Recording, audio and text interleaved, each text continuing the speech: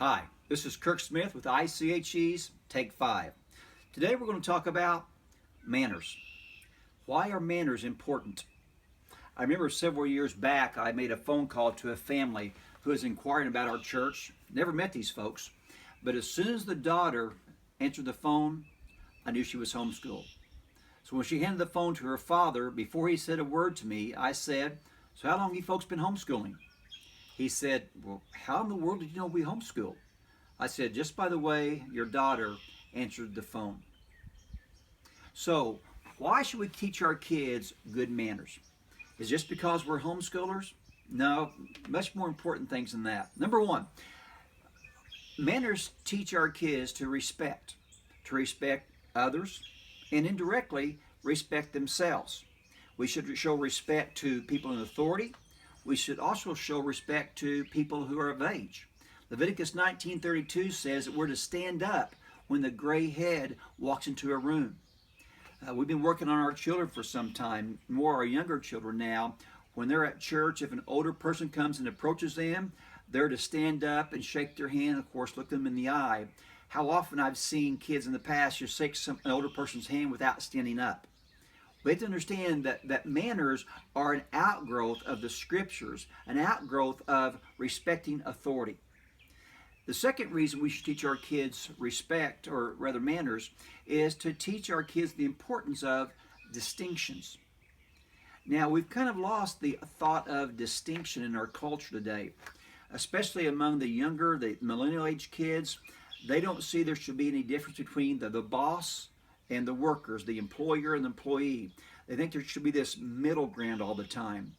But what we don't understand is when there is a hierarchy, that gives those of us who are on the bottom side of the hierarchy security, because we have someone that we can turn to.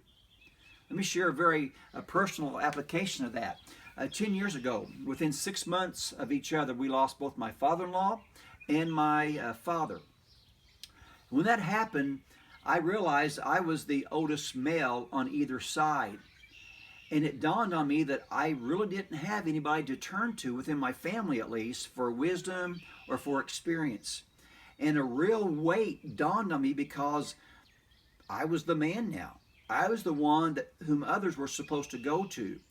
And I had just kind of taken for granted I could always go to somebody else if I had need of. We see that as well in the church. You know, we've lost the titles of pastor, or really more importantly, reverend. We used to talk like Reverend Bill or Reverend John.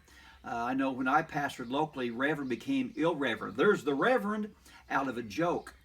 And while that was cute and funny, I guess, I realized that we've lost the joy that comes from distinctions. I hear it with the president. You know, at one time, the president was a man of austere character. I think most recently in my generation was Ronald Reagan. There's something about Ronald Reagan that demanded respect. And when you know you have someone in the White House that you can respect, it just gives you, at least me, more peace of mind. So today we have all the talk shows and all the late night comedians and just attacking our national leaders. And again, not just this president, past presidents as well. And what it does, it takes away our security as people. So when we teach our kids respect, it's so much more than looking like a good homeschooling family, saying yes sir or no sir. It's teaching our kids that we're to respect one another, but also to appreciate the distinctions that God gives us as humans and the security that those distinctions make. I hope that makes sense. Remember that manners never go out of style. Neither does authority, because God has set that not just in the place of government and the military, He's placed it in the church and the home as well. And we need to honor God's word by those means. This is Kirk Smith with ICHE's Take 5.